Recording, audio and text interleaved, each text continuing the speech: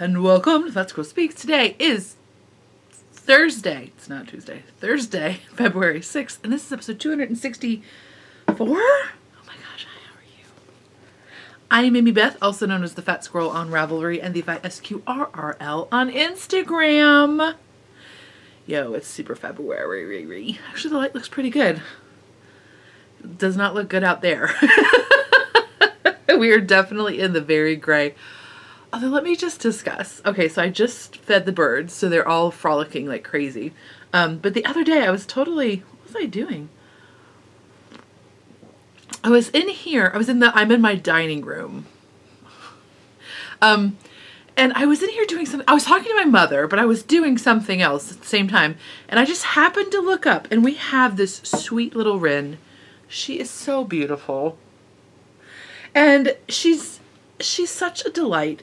I mean, really anything other than a house sparrow or a European starling is a delight. Like, I'm just gonna be honest with you. Like, but she's such a delight, and she is just so sweet. And usually she's a ground feeder. Like, she doesn't usually get up on the feeder. I've maybe seen her once or twice on the feeder.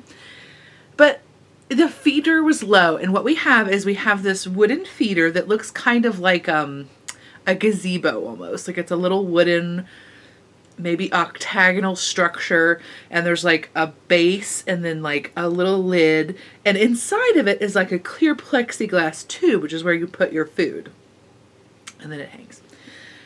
And I was just sitting here, and there were some house sparrows like in the flat part eating, and all of a sudden I look up, and she has gotten, I saw her, and then the next time I looked, she's inside that tube.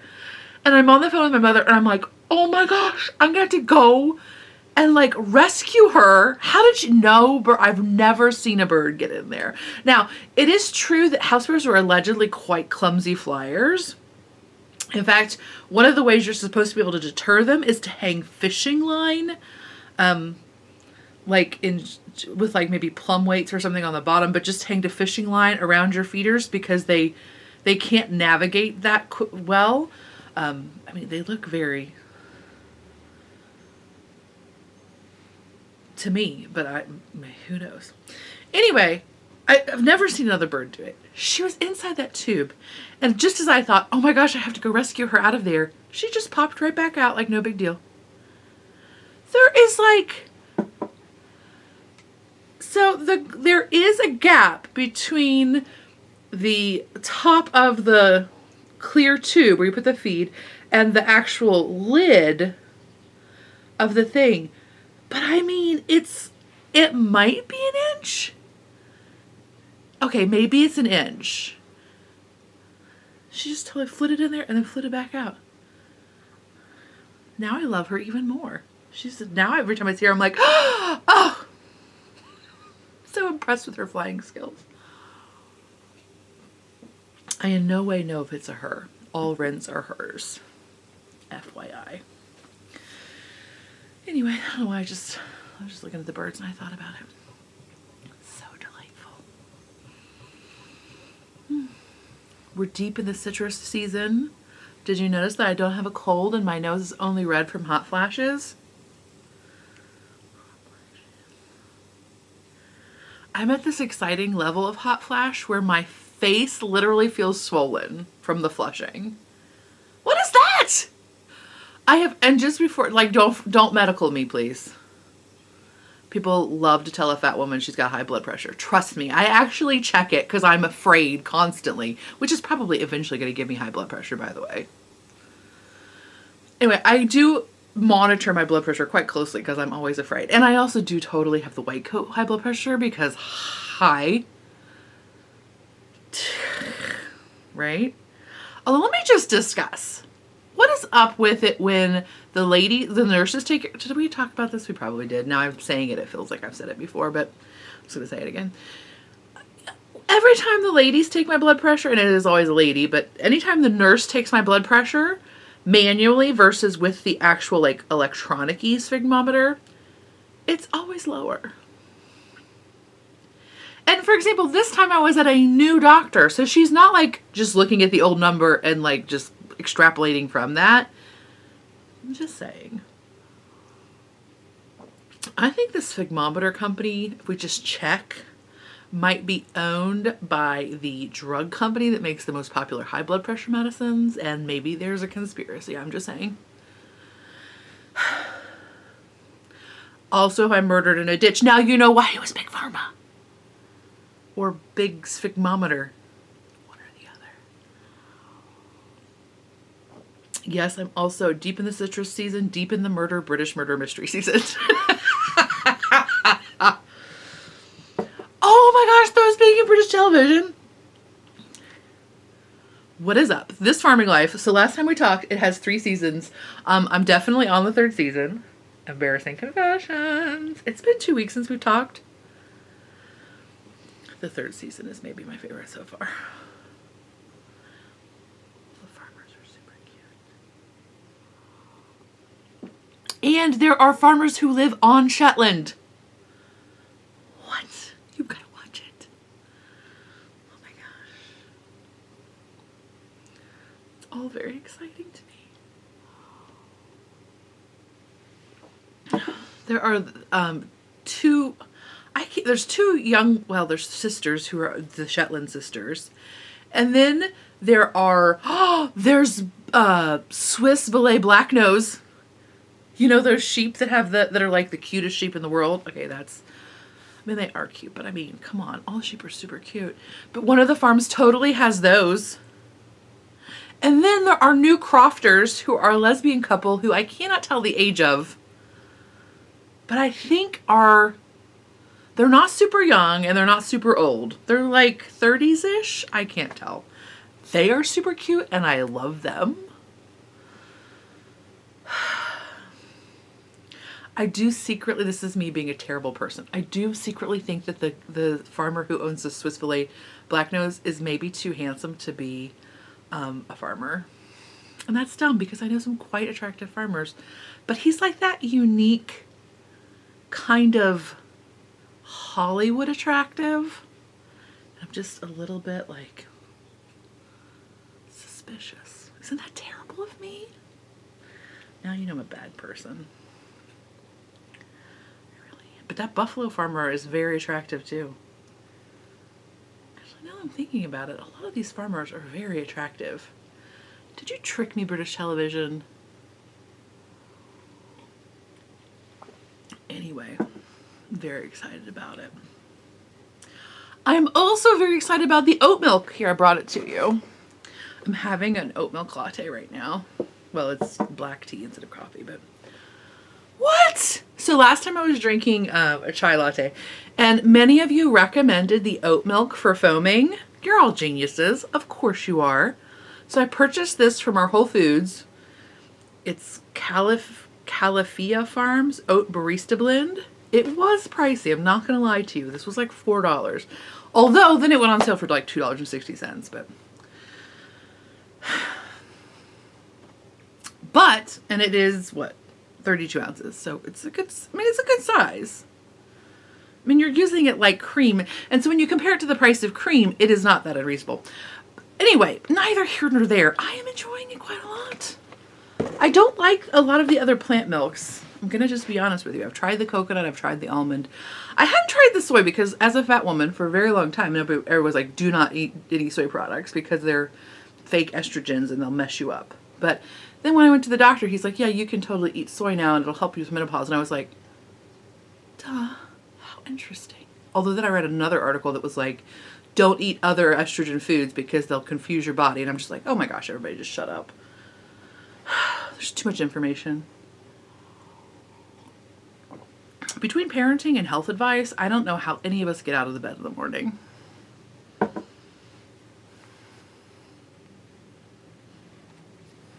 Quadruple breaths, everything. What were we talking about? Oat milk. I highly enjoy it. I'm just gonna put it out there, y'all. I've not tried it like in place of milk because I don't like it like in a cereal or something. Because I don't really drink a lot of milk. Oh my gosh, I wonder if you could put oat milk in your oatmeal. Would that be amazing? I bet you totally can. Just saying. Anywho, what else should we talk about? Oh, and then somebody has probably told me about this, and I just was not in a place to watch it, or like I just was crazy for a minute. Do you know that there's a Great British Pottery Throwdown? In the spirit of the Great British Bake Off and I'm probably saying those wrong, the words in the wrong order. I always do. And the Great British Sewing Bee. There's a pottery one. And all I'm saying is that there is a pottery within biking distance of my house. And I may be taking classes any minute now. I totally wanted to be a potter when I was in college. Okay, so I went to Smith, and like Smith is a really great place. I really wish I could go now instead of then.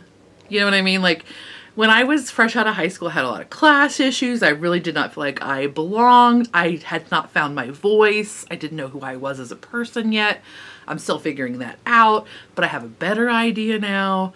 And like, I just really would love to be able to do that experience again and really appreciate it for what it was worth. Neither here nor there. Part of Smith is that it's just crazy, right? Like it's a crazy place. And there's this little house. I mean, it is like a house, but I mean, it's just basic. I don't know if it was like, I don't know that it was a carriage house, but it's of that flavor because I think it would be too small for a carriage house, really. But it's kind of like a garage-sized house. But it does look like a full-on house. Anyway, it was the pottery studio when I was there. It's probably something else now, who knows. But like, because some lady set up some sort of like fund or something to have I mean, right? Like that's crazy. But you could just join the pottery club, and I think it was like, a nominal fee. I mean, I'm thinking like $10 or something. And then you could just throw pottery, like, or you could try to teach yourself. So I tried to teach myself. I was an epic fail. I did not know what I was doing, and there was no YouTube, so don't judge quite so harshly. I did not know what I was doing at all. But I wanted to be a potter so bad that I literally took the skin off of my hand here, because like the bats were like, so the wooden piece that you throw your pottery on was like that chipped pressed wood stuff. And I was just, I mean, I'm like everything in my life, I was trying too hard. Right? Like I was like probably just putting all of my weight on my hand to center clay. And I just took the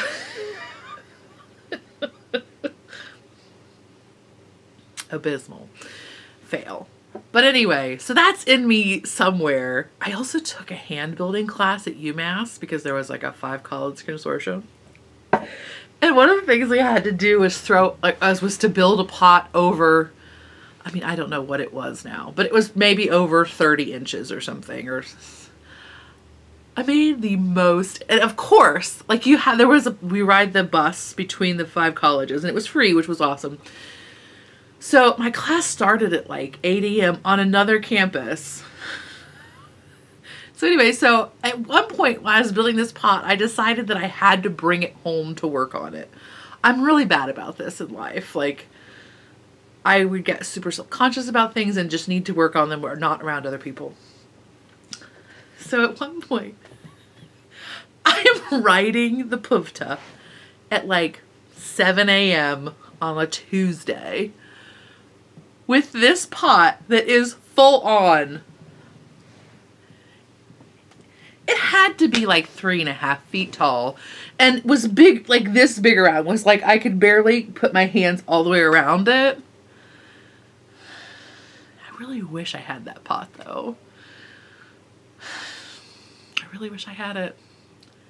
Because it was awesome. And like at one point it started to collapse, but it collapsed in this like amazing way in which it made it just look like the throat of a flower.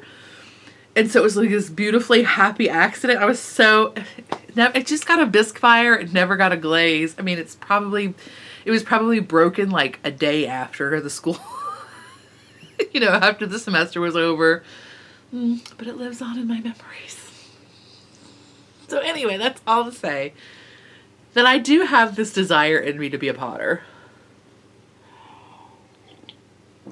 So it is probably not a good idea for me to watch this great British Throwdown. Let me just discuss. I love these shows because they just show people who are not experts at things.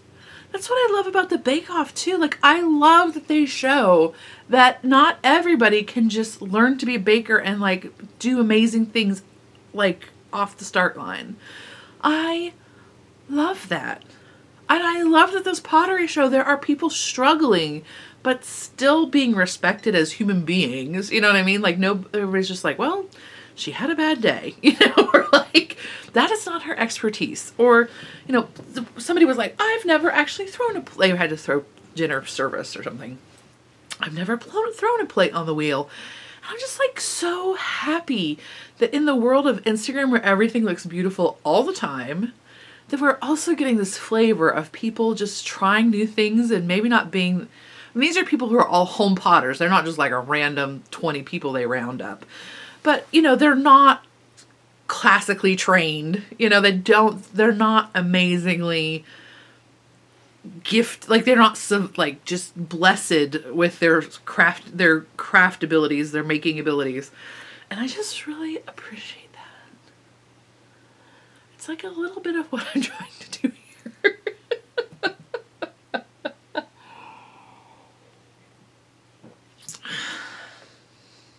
Oat milk. Oh my gosh, and then the other thing I wanted to ask you. Okay, so this is another thing I want to fail at. Actually, I want to be really good at it. I have this bread that I love, and it's squirrely bread. And I'm trying to remember who makes it. That's not what I need.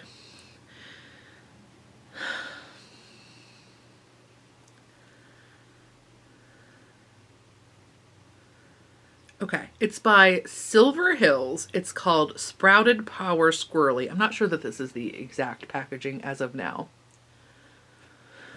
Have you had this bread? I'm obsessed with it. Okay, I'm not, obsessed is too strong a word. That is hyperbole. I love this bread. It's one of my favorite breads, and it is not inexpensive. I think it's like $4 for a 600-gram loaf. Now, that is not, you know, if it were at my like neighborhood bakery, I would, and I don't even mind to pay it really, but I also just kind of want to learn to make it. And the ingredients are literally like raisin water, sprouted wheat, like there's nothing, and sesame, there's a lot of sesame seeds happening, and maybe there's some sort of nut inside of it.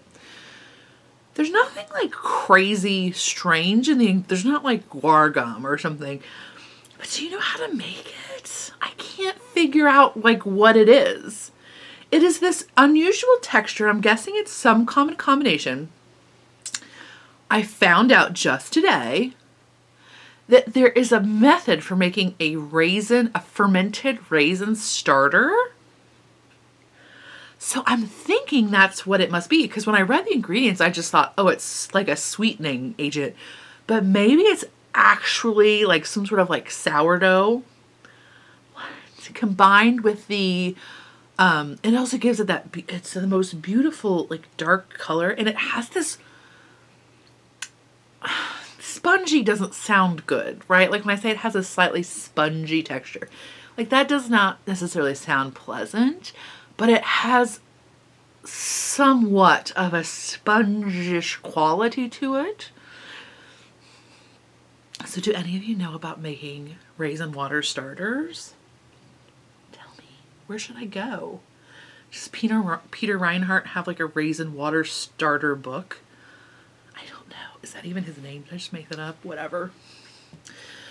I don't know where to go. Do you know anything about it? That was on my list. But it's so good toasted. It's crazy good.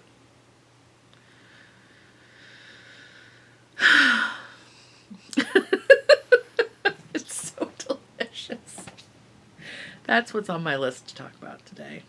Oh, the other thing I wanted to ask you. See, I'm asking for so many favors today. Thank you.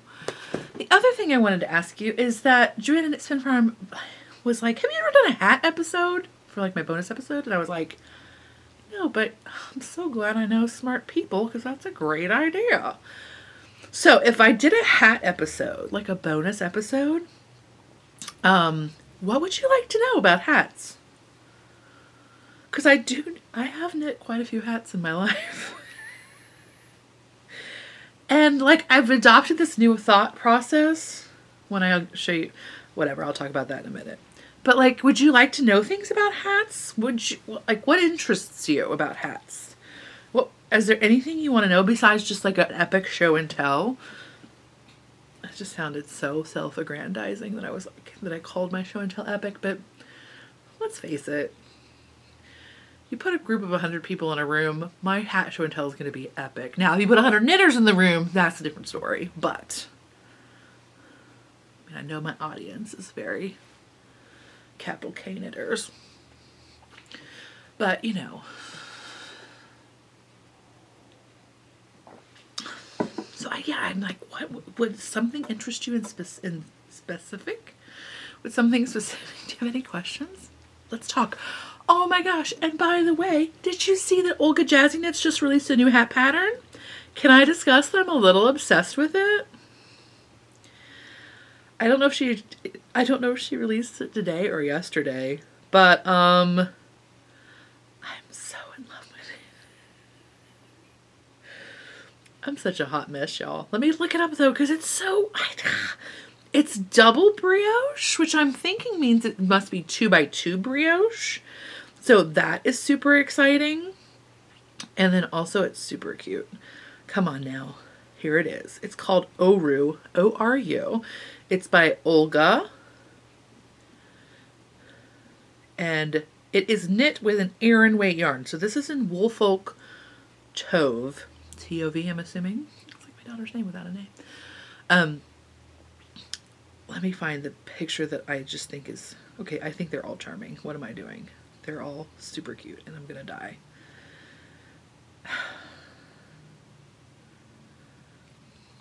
I can't decide which one to show you. What's wrong with me? Okay, so that's the one color version. But wait, there's more.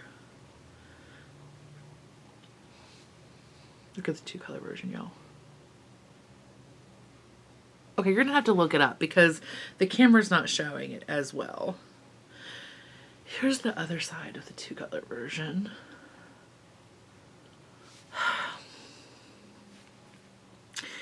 So she has another hat that is not brioche, that is of this style where it's super pointy on top.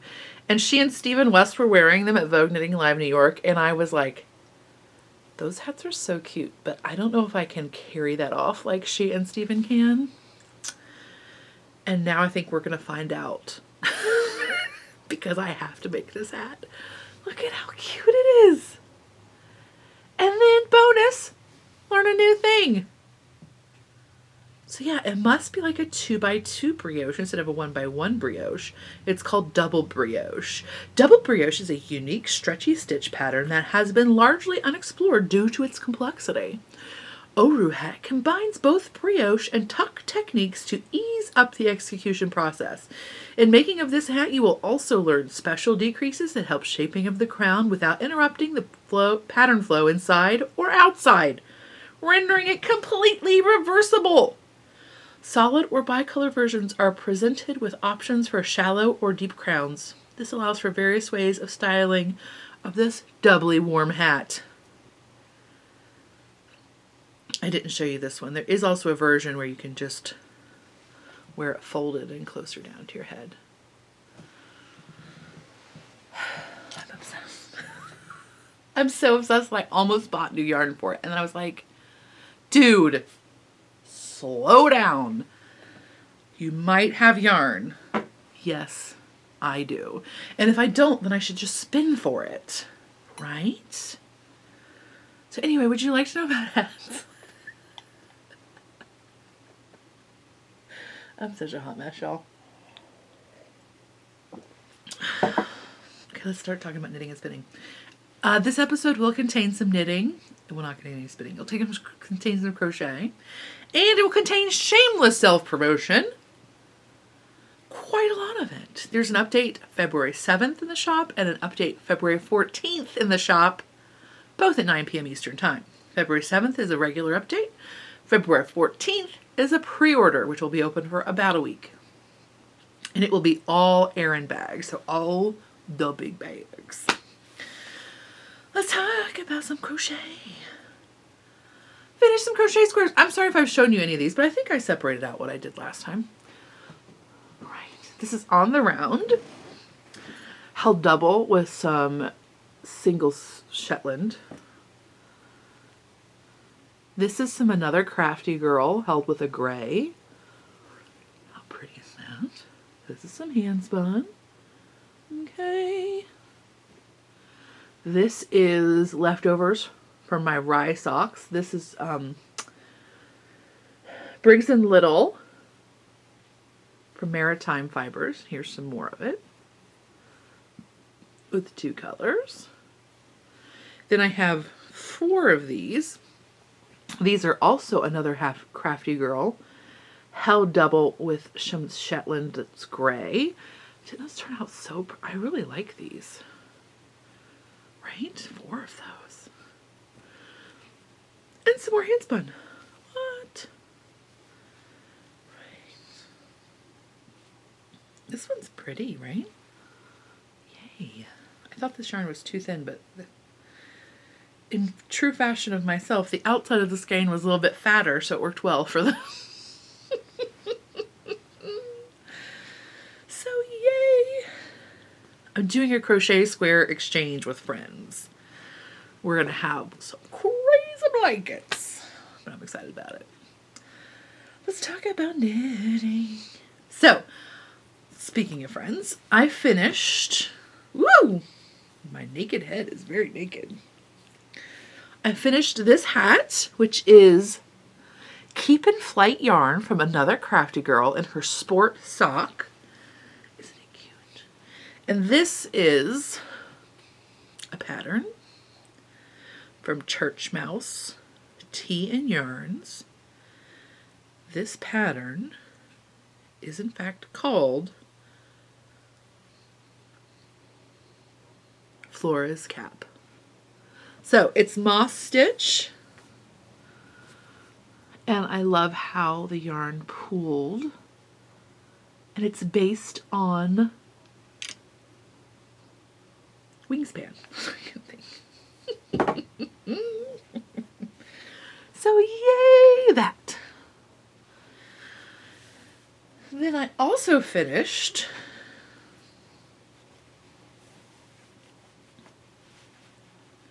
this 1898 hat. I've made one of these before, but I didn't make the crown quite deep enough, and my husband was like, it was just too short, and I agree. And also I think I used piece fleece, and it was just a little bit, and I knitted, I think, at a tighter gauge than was even suggested, and it was just too stiff. It was like uncomfortable feeling. But so this is the 1898 hat by Kristine Byrnes, Byrnes. And this is Barret Wool Company's Wisconsin Woolen in the worsted weight in the Hazelnut base, I believe. I think that's right? And this is a gift, which I love. Susan's yarn is a gift anyway. But then it was like a double gift because it was given to me. Right? From Amber, my friend Amber. So, turned out so well.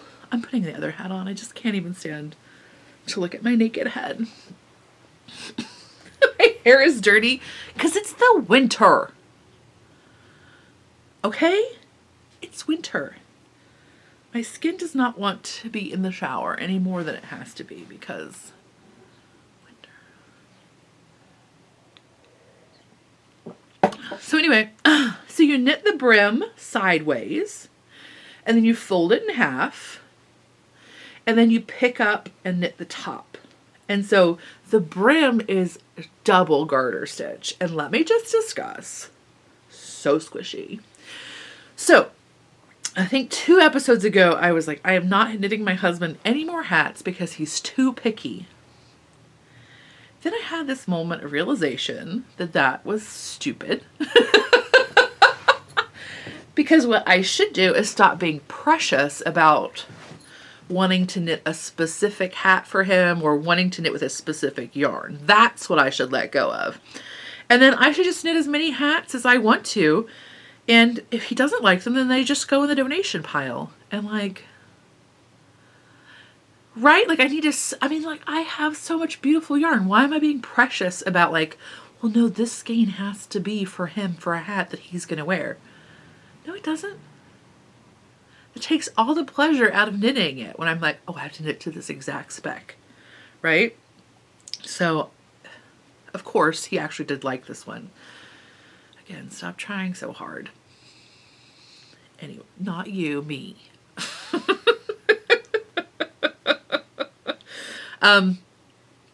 So yeah, I just had that realization where I was like, why have I got this all twisted up in my head that like, again, that this specific thing has to be for him? I have plenty of beautiful yarn. It's in general, like a thing I need to let go of is just like, yeah, anyway, it was a rabbit hole I didn't really want to go down. But so it turned out really well, and he actually does like it, of course. Okay, that is all the finished objects. I say all like there's not a ton. Oh, I have another one though, really, technically. Well, not really. We kind of.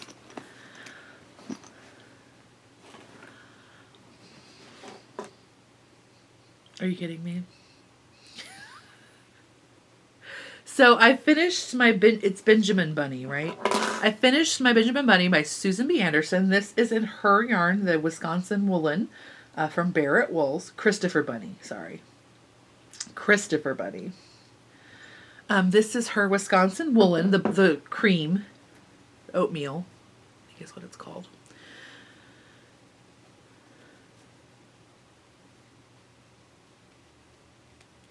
Tiny buttons. So I finished him. Isn't he just adorable? And I thought I was being so clever because I was like, oh, I'm going to use my steamer to steam block him. And it was totally written that way in the directions too. And Susan's the cleverest. So he's all finished, except I'm not sure if he needs a nose, but currently he doesn't. And look at his tail. So enjoyable. So then I made him a cardie. I'm getting hot. I'm going to be in a tank top and a hat for this episode. It'll be ridiculous. So then I made him the cardie because Susan released the pattern, which is called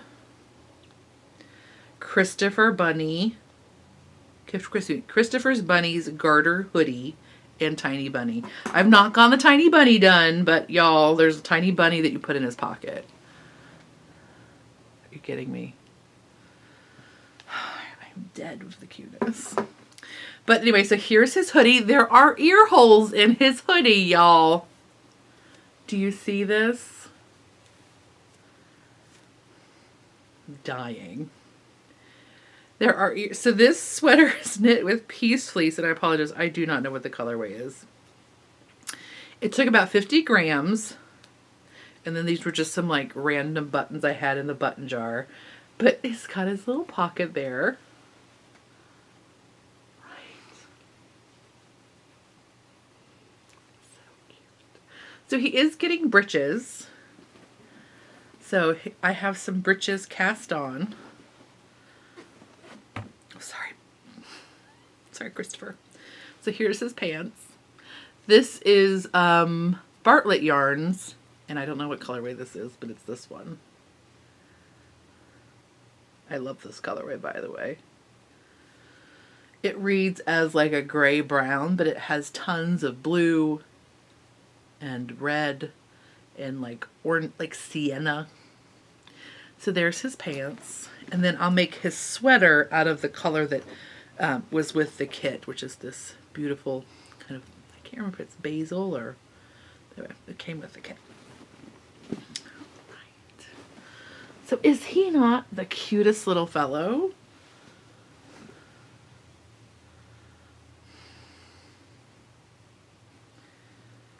totally enjoyable to knit. You don't have to, the only thing you have to sew is you have to sew his tail on.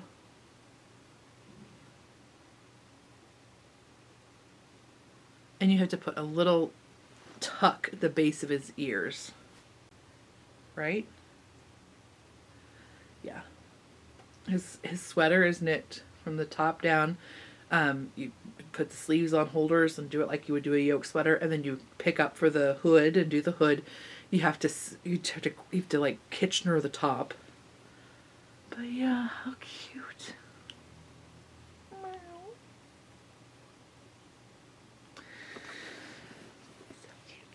So he's both finished and in progress. Then I am knitting a Midas hat. I have a hat problem, y'all. I'm knitting a Midas hat. And, oh, that's what this is too, y'all. The Midas hat is by Laura Reinbach, Reinbach,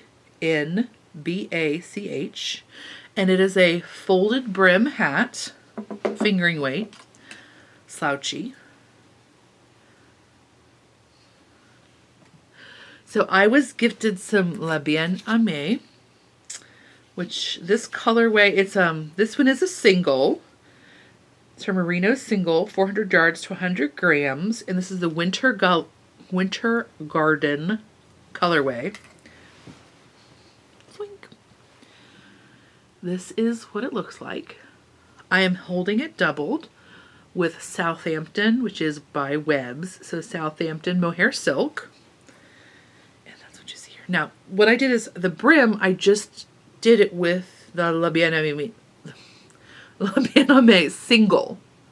So I didn't do the mohair on the hem or the brim because I wasn't sure how it would feel like next to skin for a long period of time. I wasn't sure if I would be able to take it. So essentially you cast on here with a provisional cast on, you knit your brim, you do some increases so that your brim stays nice and flat. It doesn't want to flip out. So you do some increases so that your interior brim is 10% smaller than your exterior brim. And then you knit the outside, put them together. But anyways, that's to be said. It's very easy to knit the interior in another yarn if you want to altogether. But with this one, I just decided to knit it with the single, and I picked up the picked up the mohair silk later on. Now, I did change my gauge slightly. I don't really think it's a problem. I haven't blocked it, but when it's on my head, you can't really tell. What I'm saying is you could kind of see that it's a little bit, you can kind of tell that it's maybe the brim should have been knit one row less before I did the join. But when it's on your head, you don't really see that it's like, it doesn't feel it doesn't feel like the outside is too big for the inside when it's on your head. Does that make sense? So anyway, very enjoyable. So enjoyable, in fact, that Gus decided that, oh my gosh, Gus has been on a tear. Let me just discuss. This might be he's laying there looking super cute. This might be his most successfully destructive yarn 2 weeks ever. He's had so much fun. Now, he's not actually destroyed anything. He gets the yarn, and if it's in a cake, somehow what he does is pull off the outside of the cake and several times so that you just have clumps of yarn that have a double end and they're impossible to untangle. But they're not impossible to untangle.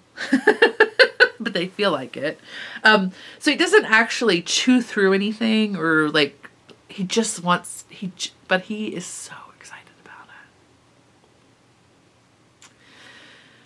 So he's had a really good week 2 weeks where he has torn up at least 8 balls of yarn, I think. The mohair silk was a bit of a pain because it does not like to untangle, like, because it's got all this like floofiness around it, right? When it gets tangled, it doesn't like to get untangled. So I did have to cut it so that I wouldn't lose my mind. But he... Now, again, I've been able to save it all. Well, there was one skein that I was like, it's not worth it to me to try to untangle that. So one skein was not saved. Or one cake. It was just leftover, so it wasn't a big bunch. But he has actually even stolen yarn off the shelf. Right? And I will be honest with you, it's so hard. I mean, I am mad at him, right? But it's so hard to be mad at him because he is so happy when he gets the yarn. He's so joyful. Like, it almost feels like you're a terrible human for being upset with him, because it is like the truest expression of joy. He just loves it. He gets so excited. He's the worst. Anyway, so there's that hat. That's what I'm knitting. I'm enjoying that. I probably knit just a few rows on my socks here and there. Crochet has kind of become my little... I'd be like, it's my out of the house knitting, but you know what? I just don't leave the house that much, y'all. That's why my socks never get done. Just don't leave the house very often. So, the next thing I have to show you is my Sammal cardigan, Sammal by Joji Locatelli. This is knit with Brooklyn Tweed Loft in the Hayloft color, which is yarn that was given to me by the beautiful humans at Espace Tricot. It's gorgeous, right? So I put a marker on where I was last time, so I've knit that much. It's still highly enjoyable. I have decided, I don't know what's going on with me. I've decided that I'm loving wooden needles all of a sudden. These are the Knitter's Pride ones. I got them because I broke my size 1.5 interchangeables. But I am really enjoying them. They're definitely not nearly as pointy as the Chow Goos, but I don't need that for this project. And I am just enjoying every stitch of this thing still. It's so pleasant. I love how the fabric is turning out. I just love it. It's going to look great with this hat, right? Oh, I didn't remember to tell you, this Midas hat is knit with Nordic, is it Nordic yarns? Nomad yarns. And it's one of her Weasley colorways. Like, it's, like, I can't remember, but it's one of those. Anyway. So, enjoying it so much. I have another 10 inches of enjoyment to go. Plus sleeves. But I am enjoying it. I can't complain. You're going to be seeing it for a while. Sorry. Sorry, not sorry. And then the last thing I have to show you is a new project. I didn't show you them in any sort of order this week. They just, as they came. This is my hand spun that I did from Joanna Knitspin Farms Bat Vent this year. So I've settled on a project and I am knitting Piper's Journey by the beautiful Paula Emmons Feasley. So it'll be a crescent shawl with an applied border, and I'll do the border in, I think, like an off-white or winter white. So it'll be kind of crazy for the body, which is garter stitch. And then again, I will do that applied border. I've knit at least 2 of these, I think, and it's just a wonderfully enjoyable pattern to knit. Again, that's Piper's Journey by Paula Emmons Feasley, who is such a beautiful human being. So yeah. And I've knit a couple of them in 2 different colors, which I think I knit one in Beaver Slide Dry Goods, and I can't remember what I knit the other one, but it's really enjoyable. You can knit because the edging is applied, well, I mean, you could do it anyway, either way, but it's fun to do the body of the shawl in one color and then the applied edging in another, which is very enjoyable. So that's all my knitting for the week. Sorry. All right, so the rest of the project, what am I talking about? The rest of the podcast is just going to be shameless self-promotion. Ow. So if you don't want to do that, I'll see you next time. But if you do. Okay, so this Friday, which is February 7th, I know I'm not giving you a lot of notice, am I? I will have an update that is ready to ship, and it's all sheep, y'all. All sheep, all the sizes. So I have this one for the Sock Plus. Yes, those sheep are knitting. They are indeed. This fabric is by Ray Ritchie, who is one of my favorite surface designers. These are all quilter's cotton that have been interfaced. This is just a standard interfacing. The inside is just an unbleached drill. All of these will be that. Large wedge. Oh, what? That's right. All the sheep are knitting. And like, I'm loving the sheep, but like, can I just discuss how much I love the background or the fill of this is so enjoyable with the knitting balls, the balls of yarn and the leaves. And I love this color, which is like kind of taupey. It's a gray, but it definitely has some brown versus a blue undertone. And this has a brushed canvas bottom. And then the sweater size is the same fabric, but it has a batting interface, a cotton batting interfacing. Also with the contrasting brushed canvas bottom.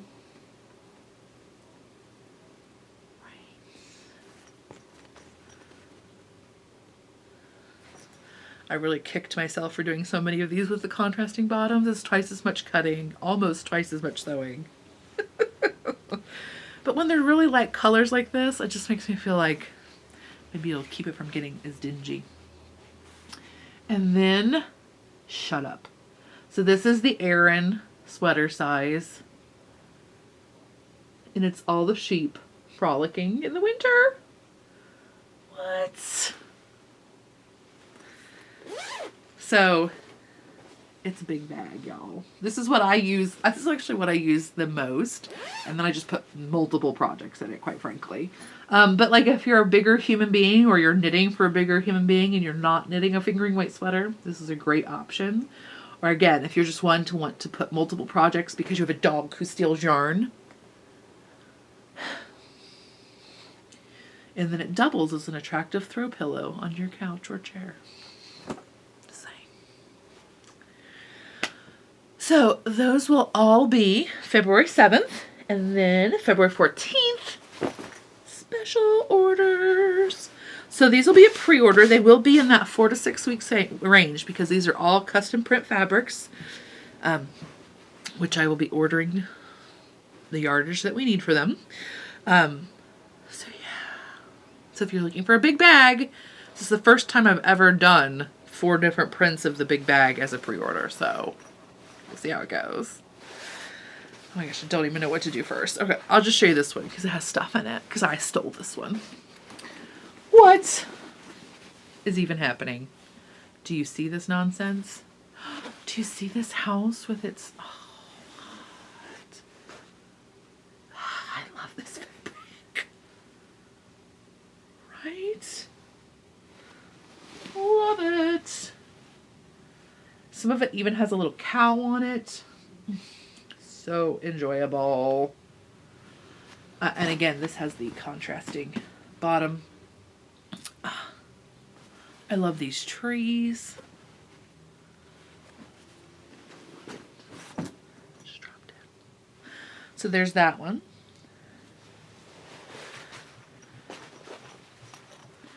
Here is this gal. So very huge. all the winter lovelies. All the coziness. Look at that little fire. Enjoyable.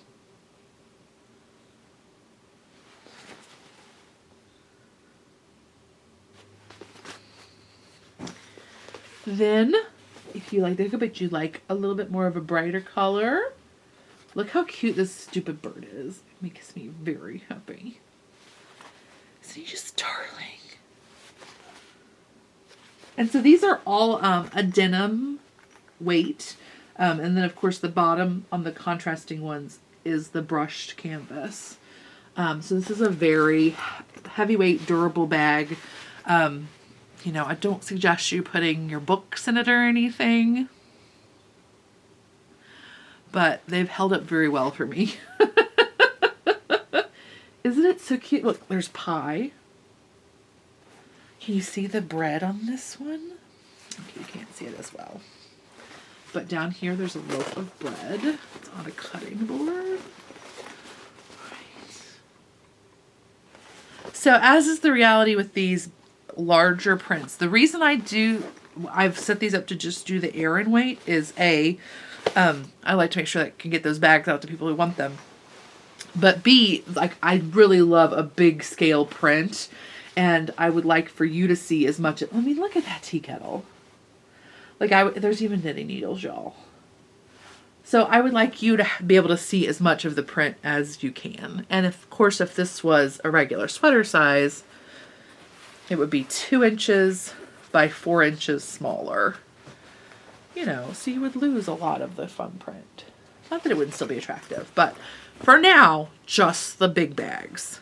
And then if there's call, maybe I'll do some smaller ones, but I don't know, we'll see. We'll see what the schedule looks like. And then last but not least, look at how gorgeous and dreamy that is. I think this one is perfect for spring, right? Like, there's that little hope, just a little hope, but mostly still cloudy and rainy, but in this beautiful, sleepy, romantic way.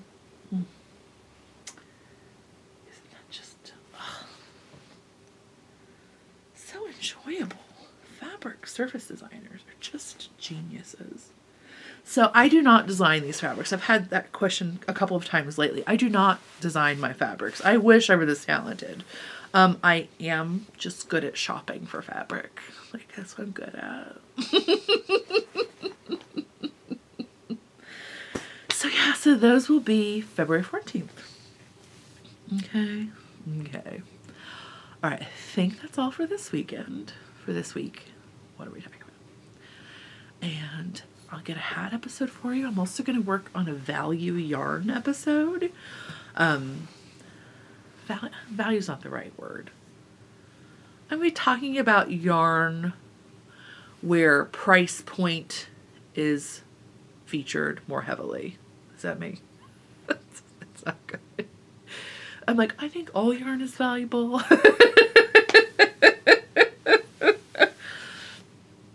I'm going to be talking about some yarns that are maybe a slightly less dollar value per skein. How's that? It doesn't mean they're any more or less valuable than any other yarn.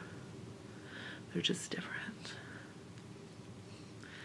Can you tell that I've been kind of putting off doing that episode?